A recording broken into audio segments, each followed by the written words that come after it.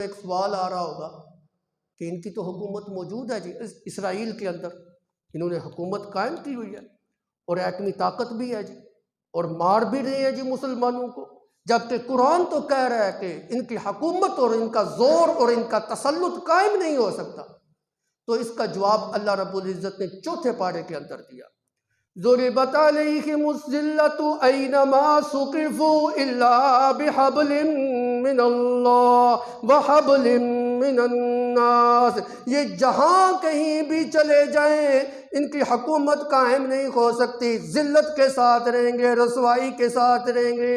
ہاں، ان کی ذلت ایک صورت میں ختم ہو سکتی ہے، الا بحبل من اللہ، یہ اللہ کی ذمہ کے اندر آ جائے، اللہ کی رسی کو مضبوطی کے ساتھ پکڑ لے، اللہ سے معاہدہ کر لے، اللہ کی چھتری کے نیچے آ جائے۔ وہ کیا ہے؟ اس کا کیا مطلب؟ مطلب یہ ہے کہ اللہ کے احکام کو تسلیم کر لے، مسلمان ہو جائے، پھر ان کی ذلت نہیں ہے۔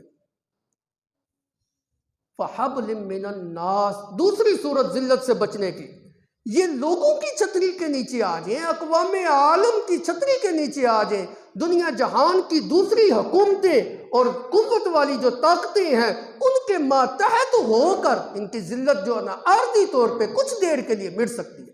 مثلاً آج آپ دیکھیں، ہم سمجھتے ہیں کہ ان کی حکومت ہے، ان کی اپنی حکومت نہیں ہے، ان کے اوپر، ان کی پیٹھ کے اوپر ہاتھ ہے امریکہ کا، ان کی پیٹھ کے اوپر ہاتھ ہے برطانیہ کا، ان کی پیٹھ کے اوپر ہاتھ ہے فرانس کا۔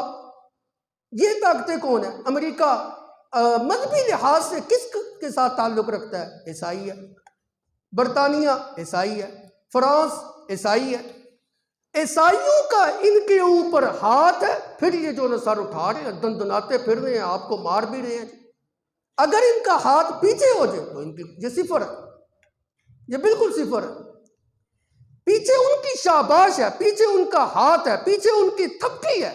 یہ تو قرآن بھی کہتا ہے الا بحبل من الناس، جب لوگوں کی تھپکی ہوگی، آپ پوری دنیا کا جائزہ لے لیں، آپ کو عیسائیوں کی حکومت نظر آئے گی، آپ کو ہندوؤں کی حکومت نظر آئے گی، آپ کو بے دین دہریوں کی حکومت نظر آئے گی، آپ کو لا مذہب قسم کے لوگوں کی حکومت نظر آئے گی، سابی قبیلے کی حکومت نظر آئے گی، مجوس کی نظر آئے گی، مشرکین کی نظر آئے گی۔ یہود کی حکومت اپنی پاؤں پہ کھڑے ہو کے انہوں نے کوئی حکومت نہیں قائم، اور پھر وہ حکومت بھی کتنی ہے؟ پھر دوسرے نمبر پہ وہ حکومت بھی ان کی اپنی نہیں، وہ تو مسلمانوں کا علاقہ ہے، القدس کا علاقہ، بیت المقدس کا، فلسطین کا علاقہ، حقیقت کے اندر تو مسلمانوں کی، یہ تو ناجائز قابض ہے، اپنی حکومت تو قائم نہیں کی۔ مسلمانوں کی نادانی کی وجہ سے، مسلمانوں کی کم عقلی کی وجہ سے، مسلمانوں کی دین دوری کی وجہ سے انہوں نے ہم سے جو ہے نا چھینی ہوئی ہے، اصل علاقہ تو ہمارا ہے۔ بیت المقدس کن لوگوں کا علاقہ ہے؟ نبیوں کی جائے پیدائش، نبیوں کا وطن، نبیوں کا ماتن، نبیوں کا مولد، نبیوں کی جائے پیدائش، نبیوں کی وفات کی جگہ، نبیوں کا مدفن۔ نبی وہاں پہ جو ہے نا ایک دو نہیں، ہزاروں کی تعداد کے اندر وہاں پہ رہتے تھے، اور ان لوگوں کی زمین ہے جو اللہ کے فرما بردار لوگ تھے۔ تم تو اللہ کے نافرمانیاں قدم بقدم کرنے والے تھے، تمہاری زمین کیسے ہوگی؟ وہ تو اللہ کے فرما برداروں کی زمین تھی۔ فرما بردار کون ہے؟ مسلمان۔ فرما بردار کون ہے؟ اللہ کے انبیاء۔ تو یہ زمین تمہاری تو نہیں، یہ زمین تو ہماری ہے۔ عرض یہ کر رہا تھا، ان کا قبضہ ناجائز ہے، ناجائز تسلط ہے، حکومت بھی جو ہے نا ناجائز ہے، اور پھر وہ حکومت بھی پوری زمین کے اوپر ایک اشاریے کے برابر۔ اسرائیل کا وجود کتنا ہے؟ ایک اشاریے سے بھی کم، اور وہ بھی لوگوں کی تھپکی کے ساتھ۔